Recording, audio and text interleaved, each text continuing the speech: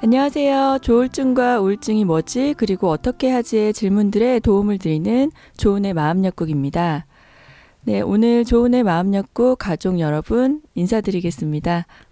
안녕하세요. 조울증 25년차 앓고 있는 조우입니다. 네, 그런 조우와 7년차 결혼 생활을 하고 있는 조우의 아내입니다. 네, 오늘의 주제는 조울증 환우들의 결혼 생활에 대한 이야기를 나눠보고자 하는데요. 오늘 저희가 조금 특별한 게스트 분들을 모셨습니다. 17년차 조울러이자 조우의 친동생인 조우 동생분과 그 아내분을 모셨는데요. 안녕하세요. 네, 네, 안녕하세요. 안녕하세요. 조 형님 동생 그레이라고 합니다. 네, 그런 여자 투 조 동생의 아내입니다. 아, 네. 저희가 이제 호칭이 조금 복잡한데요. 그 전에 방송을 들으셨던 분들은 아시겠지만 저희가 그 조 동생분, 그레이님의 아내분께서 저의 친언니시죠? 네, 그렇죠. 네, 그러니까 편하게 말씀드리면 겹사돈이에요, 저희가. 네. 그 보고 또 보고에서 봤었던 그 아, 크로스로. 추억의 드라마, 네. 그 무슨 드라마인지 모르시는 분들도 많으실 텐데, 네. 네, 그 옛날에 십수년 전에 방송했던 유명한 드라마 중에서 여자 형제와 남자 형제가 첫째와 둘째가 서로 엇갈려서 결혼을 한 겹사돈인 내용이 있었어요. 네, 맞아요. 네, 저희가 그런 케이스입니다. 네. 그래서 제 동생의 아내 되시는 분을 제가 원래는 제수 씨라고 해야 되는데 그냥 누나라고 부르죠. 네, 좀 억울하신 면이 있으시겠지만 네, 그렇습니다. 아, 이 중에서 제일 손해를 보시는 거는 아닌가요? 아, 그리고 처가댁이라고 하죠. 자기 네. 장모님 댁에 가면 제가 또 둘째 사위가 되는 거예요. 아, 그렇네요. 그래서, 네, 제 동생이 손윗 사람이 되는 거죠. 아니, 두 분이 처음 만나게 되신 얘기도 되게 재밌을 것 같은데. 네, 저희는 조우님의 결혼식에서 처음 만났습니다. 그렇게 해서 1년 후에 저희가 결혼을 하게 됐죠. 네, 정확히 더 설명을 드리자면요. 저희 친형님이신 조 형님과 저희 형수님께서 결혼식을 하셨을 때 제 와이프를 만났고요. 그리고 나서 그 결혼식이 끝나고 3개월 후부터 갑자기 제 와이프랑 연락이 닿아서 그때부터 불나는 사랑을 하게 되었습니다. 네, 남의 결혼식에서 눈이 맞으셔가지고. 그것도 또 제 결혼식에서 저희 결혼은 축하를 안 해주시고. 두 분의 사랑을, 네, 아유, 축하드립니다. 이미 알고 있었지만, 네, 청취자분들이 많이 놀라실 것 같은데요. 네. 네, 자세한 얘기는 또 다음번에 이 주제를 가지고 또 자세히 얘기 나누도록 하겠습니다. 오늘 주제는 이제 조울증 환우와의 결혼 생활인데요. 처음에 이제 결혼을 결심하시기 전에 조울증 환자라는 거를 알고 계셨던 거죠? 네, 저는 알고 결혼을 했습니다. 이제 굉장히 많은 환우의 가족분들이 이제 환호하시는 소리가 들리는데요. 네. 어떤 게 걱정이 되셨다거나 뭐 염려가 됐거나 하시는 점은 없으셨나요? 저는 사실 결혼하기 전에 조울병에 대해서 알고는 있었지만 그 지식이 좀 부족했던 것 같아요. 그래서 감기처럼 그냥 이 병이 입원했다 나아서 그냥 회복이 되고 이제 저희는 괜찮아진다고 생각을 하고 결혼을 했던 것 같아요. 네, 그러니까 병에 대해서 어떻게 보면 그 지식적으로 알지 못했기 제가 때문에 무지했던 네, 거죠. 손쉽게 네. 생각을 했던 부분이 그렇죠. 있고 네. 근데 이제 반대로 보면 이제 제가 먼저 결혼을 했기 때문에 네. 저랑 또 굉장히 친하시잖아요. 그래서 네, 그렇죠. 직접적이는 않지만 간접적으로 저의 결혼 생활을 많이 보시면서 네. 어렵다는 거를 인지할 수 있었을 텐데 음. 그래도 그럼에도 불구하고 이 결혼을 선택했던 것은 일단은 제가 사랑에 눈이 멀었던 거죠. 명답이십니다. 네. 네. 그게 제일 컸고, 어려운 점을 알고 있었지만, 제가 그러리라고까지 이제 생각을 깊이 못했던 거죠. 그렇게 어려운 네. 상황까지는 네. 가지 않을 것 같다라는 그랬던 생각, 거죠. 네. 기대감. 네. 솔직하시군요. 네. 네. 그럼 그 동생 부부의 결혼을 지켜보는 그 조우님의 마음의 상태는 어떠셨어요? 걱정이 되신다거나 뭐 기대가 되셨다거나. 우선 처음에는 받아들이기가 살짝 이렇게 어렵더라고요. 저희가 같이 이렇게 여행을 간 적이 있었는데 이렇게 넷이서 두 분이 사귀시기 두 분이, 전에. 네, 네. 사귀시기 전에 그리고 사귄다는 사실도 모를 때 아, 아니죠. 사귀고 있었는데 사귄다는 걸 모를 때. 맞아요. 네. 그래서 저희 둘은 같이 걷고 또 뒤따라서 이렇게 오고 있었는데 점점 이렇게 멀리 뒤따라 오는 거예요. 네. 이상하다. 그래서 자꾸 이렇게 뒤를 쳐다보면 둘이 이렇게 팔짱을 끼고선 가는 것 같다가 이렇게 팔을 놓고 아, 사돈끼리요. 그러니까요. 네. 제 동생과 제 아내의 언니께서 네. 그래서, 아이고 남사스러워라. 이상하다. 네. 뭐 그렇게 눈치를 챘었는데 그런 케이스를 보기가 흔치가 않잖아요. 그래서 그것을 받아들이는데 오래 시간이 걸렸죠. 그리고 그 동생의 조울증에 대해서는 그렇게 깊이 생각을 안 했었던 것 같아요. 네. 워낙 이제 동생과 내 아내의 언니가 결혼하는 거가 그 자체가 충격적이었어가지고 조울증에 대해서 깊이 생각을 안 했던 것 같아요. 네. 사실 오늘 이 주제를 제가 사회로 보는 게 사실 안타깝네요. 저도 드릴 말씀이 많은데, 네. 다음 기회를 노려보도록 하겠습니다. 그러면 이제 결혼 생활을 하면서 뭐 일반적으로 사실은 뭐 정신질환이 없는 부부들도 많은 위기 상황들을 겪고 특히 신혼이시거나 하는 분들은 뭐 다투기도 하고 여러 어려움들이 있는데 특별히 우리 남편이 우리 아내가 정신질환 환자이기 때문에 겪을 수 있는 어려움들이 있다면 혹시 결혼을 준비하시는 분들 이렇게 미리 고려해야 될 점이 있다면 이야기해 주시고 싶은 점이 있을까요? 네, 저는 2박 3일을 말씀을 드려도 모자랄 만큼 할 말이 많지만 네. 그중에 가장 중요한 걸 말씀드린다면 네. 저희는 참고로 2년 동안 결혼 후에도 신랑이 많이 아파서 되게 조심스럽게 생활을 했어요. 그래서 제 꿈 중에 하나가 부부싸움을 해보는 거였어요. 아, 네, 그럴 만큼 제가 되게 조심을 했었기 때문에 좀 그런 부분에서는 근데 제가 부부싸움을 못 했었던 거지만 그게 저한테 도움이 됐던 건 뭐냐면 지금 살면서도 그때처럼 조금 조심하면서 서로를 배려하면 싸울 일이 좀 적은 것 같다 이런 생각이 들거든요. 그래서 좀 결혼을 앞두고 계신 분들이라면 그 배우자분이 환우시라면 약간의 그분의 그 민감한 상태라던가 예민할 때 그럴 때 조금 약간 참아주시고 그런 타이밍을 좀 보시고 이렇게 하시는 게 좀 중요하지 않을까 생각을 합니다. 이 방송 들으시는 분들이 목소리만 듣고 누가 말을 하는지 좀 헷갈릴 것 같아요. 워낙 이제 제 아내 저는 지금 조음입니다. 아내 저도 방금 그 목소리와 생각을 했거든요. 네, 지금. 아내 네, 목소리와 그래서 제가 일부러 아내 감기가 언니. 걸려서 왔거든요. 근데도 안 되네요. 또 제 목소리와 제 동생 목소리가 조금 비슷해서 네 여러분 이렇게 잘 따라오시길 바랍니다. 네, 저는 조 아내입니다. 네. 그렇네요. 그 되게 지혜로운 방법인 것 같고요. 조울증 환우분들이 특별히 스트레스에 굉장히 취약하시고 또 이제 약을 먹기 때문에 그런 생체 리듬이나 이런 것에 민감하기 때문에 본인이 약간의 조증이거나 뭐 민감한 상태일 때 아내분이 또 남편분이 그 배우자분의 상태를 민감하게 캐치해서 자극이 될 만한 상황이라면 잠깐 자리를 피해주거나 이런 센스 있는 상황들을 한다면 좀 어려운 시기를 잘 극복할 수 있지 않을까 이런 생각이 드네요. 전 들으면서 굉장히 부러웠어요. 저희 부부 케이스는 저희 아내가 부부 싸움을 이렇게 아니면 저를 배려해서 이렇게 화를 누른다든가 이러지 않거든요. 근데 조우님은 그래서 나으신 게 아닐까요? 사람마다 방법이 다르지 않나요? 네.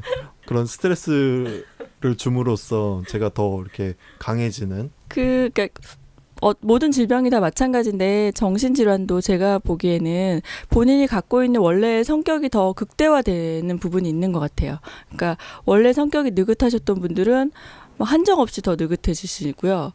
원래 조급했던 분은 더 불같아지시고, 물론 이제 그건 개인차가 있지만, 근데 이제 조우님 같은 경우는 좀 이렇게 좋게 말하면 굉장히 여유롭고 나쁘게 말하면 되게 느긋하신 편이에요. 그래서 저는 좀 닥달을 하는 편이고요.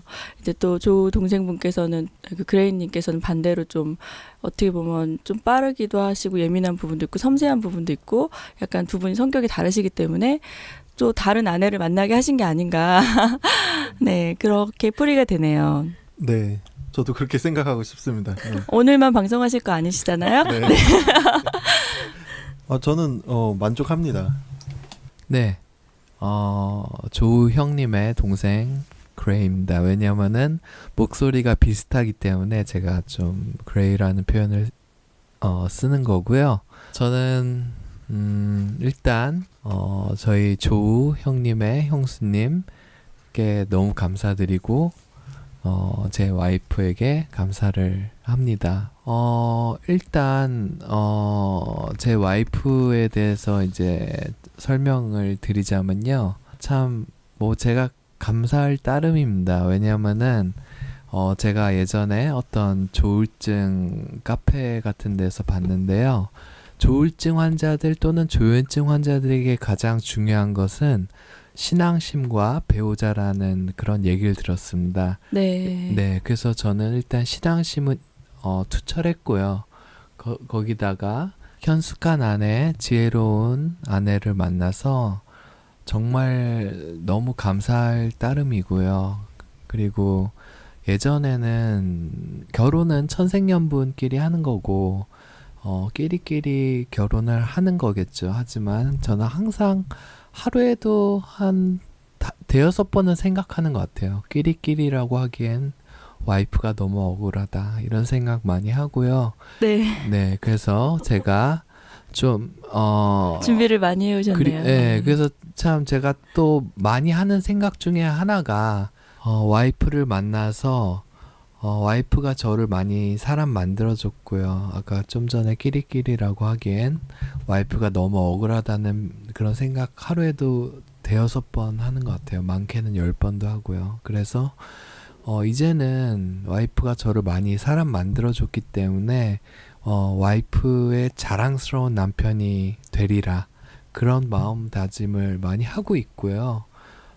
또 제가 와이프에게 정말 너무 고마운 것 중에 하나는 제가 와이프를 5년 전에 만났을 때 저는 할 줄 아는 거라고는 작은 실력의 드럼 실력밖에 없었습니다. 돈벌이도 없었고 수입 창출도 할 수 없었고요. 그래서 제가 와이프한테 물어봤어요. 내가 당신과 결혼을 해서 내가 돈벌이도 못하고 수입 창출도 못하면 어떡하냐 했더니 와이프가 하는 말이 내가 너를 돈 벌게 해줄 거고 내가 너를 수입 창출하는 사람으로 만들어 줄 거야 라고 와이프가 저한테 말해줬습니다. 이런 여자 이 세상 어디에도 없습니다. 네. 와, 되게 와. 감동적이면서 또 오글오글 거리는 멘트와 네. 네. 같이 방송하는데 갑자기 또 이렇게 좀 속에서 뭐가 끓어오르네요. 네. 아, 네. 가까운 지인이면 아니면 다시 방송하고 싶지 않은. 네. 저도 그런 말 듣고 싶어요. 네? 제가 그런 말을 해드리기를 원하신다고요? 아니, 그런 배려심 많은 아내가 있어서 동생 참 부럽습니다. 아, 그 결혼 생활의 팁이 그게 단가요? 아니요, 그냥 옆에서 들으니까 동생이 결혼 참 잘했구나 이런 생각이 드네요.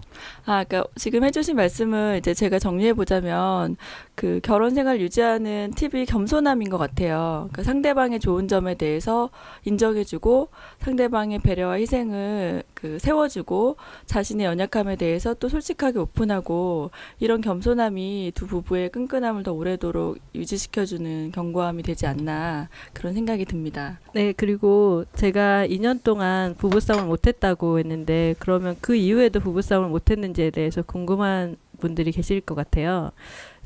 저희가 지금 결혼 5년 차인데요.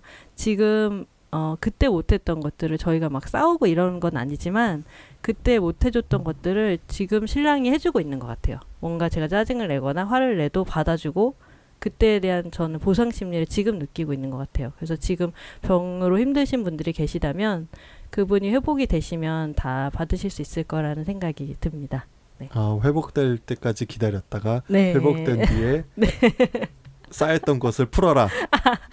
뭐 그렇게 말씀드릴 수도 있겠네요. 네. 네. 뭐 이제 풀어라기보다는 그동안의 고마움에 대한 이제 감사의 표현을 하고 누려라 뭐 이렇게 볼 수 있겠네요. 네네. 네. 그 청취자분들께서 사실은 제일 궁금해하시는 게 조울증이나 조현병이나 우울증 환자분들이 과연 이성 친구를 만날 수 있는가, 결혼할 대상자를 만날 수 있는가 이 부분이거든요. 네. 어디서 그렇죠. 어떻게 만나는가 이 문제가 가장 큰 이슈가 되지 않나. 네, 어떻게 그렇죠. 생각하세요?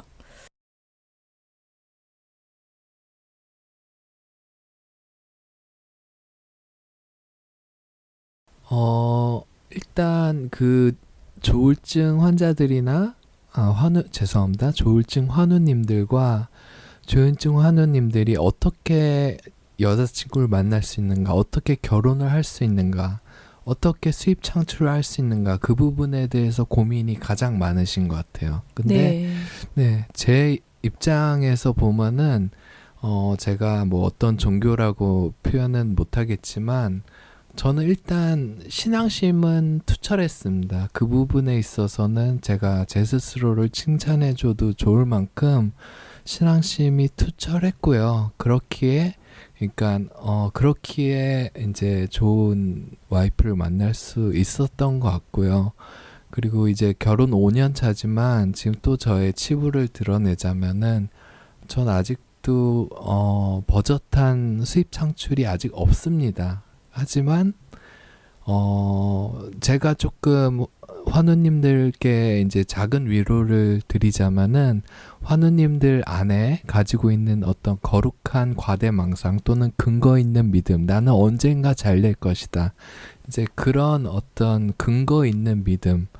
그래서 저는 우리 환우님들께 좋은 종교를 잘 선택하시고 그리고 제가 아무튼 좀 그렇습니다. 제가 좀 말을 좀 망설이게 되네요. 죄송합니다, 환우님들. 네, 종교의 힘을 가져라, 신앙심을 가져라. 네, 그런 좋은 말씀인 것 같아요. 네. 네.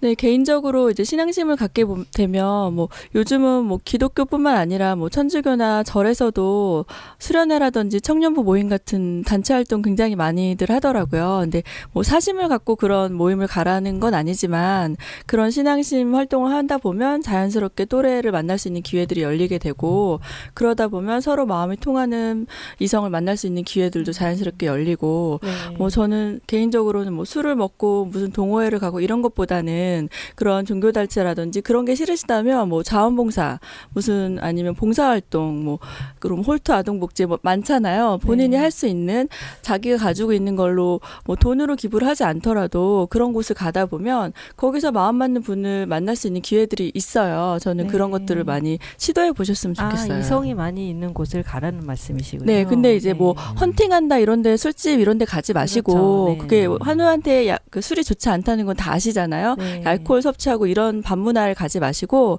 저희는 밤 10시에는 꼭 자고 아침에 일어나야 되기 때문에 낮에 갈 수 있는 뭐 노인복지관이 됐든 뭐 장애인 아동복지관이 됐든 이런 곳에서 봉사를 하신다든지 아니면 종교활동을 괜찮다 나는 그런 게 좋다 하시는 분들은 교회든 뭐 아니면 절이든 이런 뭐 저는 네. 교회를 다니지만 건전한 이성들이 네. 많은 곳을 건전하고 가라. 네. 건강한 이성이 많은 곳에 가셔서 자신이 좋아하는 활동들을 하시면서 낮에 활동을 하시면서 자연스럽게 식사도 하고 얘기도 하고 카페도 가고 이러면서 여러 사람들을 만나다 보면 그중에 혹시 나에게 호감을 보이는 이성을 보일 수도 있고 아니면 네, 내가 그렇죠. 먼저 호감이 가는 사람이 생길 수도 있고 네. 이러한 기회들을 갖는 게 좋지 않을까 이런 생각을 갖습니다. 또 한 가지 질문 드리고 싶은 점은 이제 그러면 이제 교제하고 이런 부분까지는 또 자연스럽게 많이들 하시니까 그럼 결혼을 결정할 때 나는 이제 위기 상황도 극복을 했고 안정기에 접어들었는데 내가 우울증 환자인 거, 조울증 환자인 거를 배우자에게 밝혀야 되나 아니면 배우자의 부모에게 밝혀야 되나 이 부분을 고민하실 수 있거든요. 어떻게 생각하시나요? 네, 일단은 밝혀야 된다고 생각을 합니다. 저는. 네. 언젠가는 알게 되실 거잖아요. 네. 제가 한 가지 재수 씨한테 네. 물어보고 싶은데 사귀기 전에 이성으로서 감정이 생기기 전에 조울증이라는 것을 아는 게 좋은 것 같으세요? 아니면은 이성으로서 감정이 생긴 후에 조울증을 밝히는 거가 좋은 것 같으세요? 그거는 입장에 따라 다른 것 같아요. 여자 입장에서는 감정이 생기기 전에 알아야겠죠? 이제 남자분이 환우분이라고 생각을 한다면요. 근데 남자분 입장에서는 감정이 생긴 후에 생기는 게 좋지 않은가요? 알게 되는 게 좋지 않은 건가요? 근데 그 부분은 저희 같았으면은 언제 알았던 결혼을 그래도 했을 것 같아요.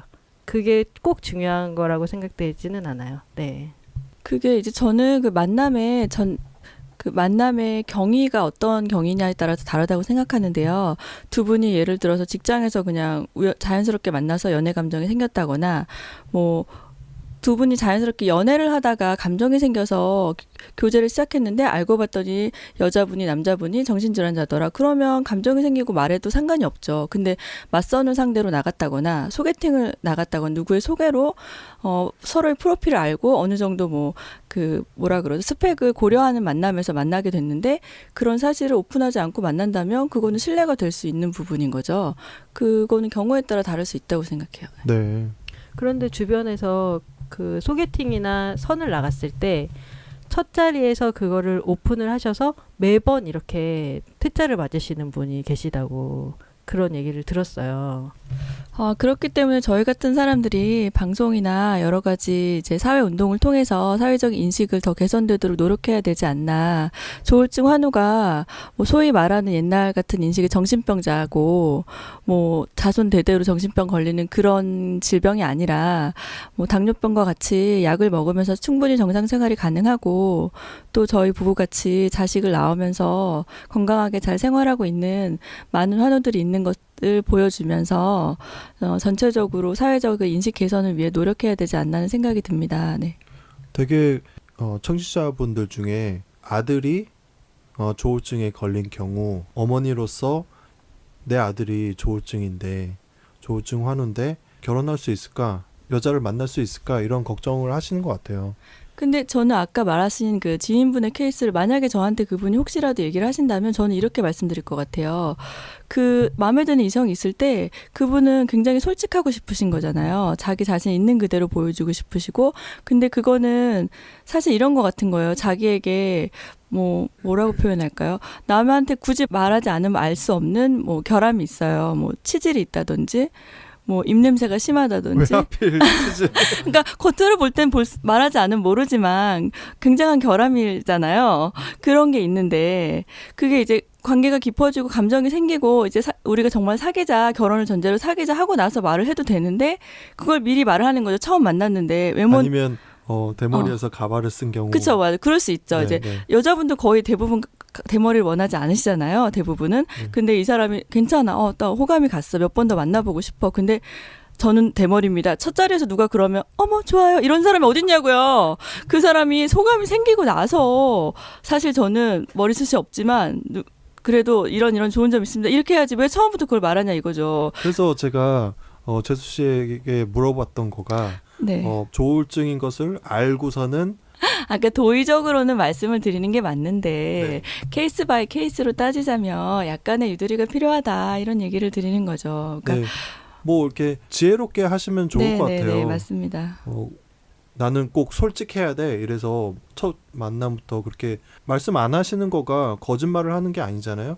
호감이 가는 여성분이 계시면 몇 번 더 만나시고 또 진지한 관계가 되면 그것을 말하는 거가 내가 사실 이런 히스토리가 있다 이렇게 말씀하시면 감정이 생겼으니까 그 부분에 대해서 그렇게 중요하게 생각하지 않고 그것보다는 우리의 감정이 더 중요하다 이렇게 느끼실 수도 있는 거잖아요. 네, 물론 이 질병이 가볍게 여길 병은 전혀 아니고 앞으로 부부가 된다면 꾸준히 같이 공부하고 노력해야 하기 때문에 두 분이 진지하게 결혼을 생각하신다면 함께 담당이를 찾아가셔서 상담도 받아보시고 여러 가지 준비하셔야겠지만 결혼까지 이어지기까지의 과정을 말씀을 드린 겁니다. 네. 네, 오늘도 저희가 더 많은 내용을 담고 싶었는데 이야기를 하다 보니까 내용이 길어져서 이제 마무리를 벌써 해야 될 것 같습니다. 네, 작년도 2018년도 발표에 따르면 인구 1000명당 혼인 건수를 의미하는 조혼인율이라는 통계가 있는데요. 2016년도에 5.5명의 혼인율에서 2017년에 5.2명으로 혼인율이 우리나라가 하락했다고 하네요. 1000명당의 혼인율이. 그래서 그만큼 일반 정상인분들의 결혼 비율이 많이 점차 하락하고 있는 추세에 있는데 조울러뿐만 아니라 건강한 성인분들도 결혼이 점점 줄어들고 있는 상태이기 때문에 우리 자녀만, 우리 아이들만 뭐 이렇게 힘든 상황이 아니라는 거 염두에 두시고 또 이 방송을 듣는 많은 청취자분들께서 자기를 빛나게 해주는 사람을 찾는 것보다 상대방을 빛나게 해줄 짝이 되어보는 거는 어떨까 생각이 듭니다. 네, 오늘도 조은의 마음 약국 청취해 주셔서 감사드리고요. 다음에 더 좋은 방송으로 찾아뵙겠습니다. 네, 감사합니다. 감사합니다. 네, 감사합니다.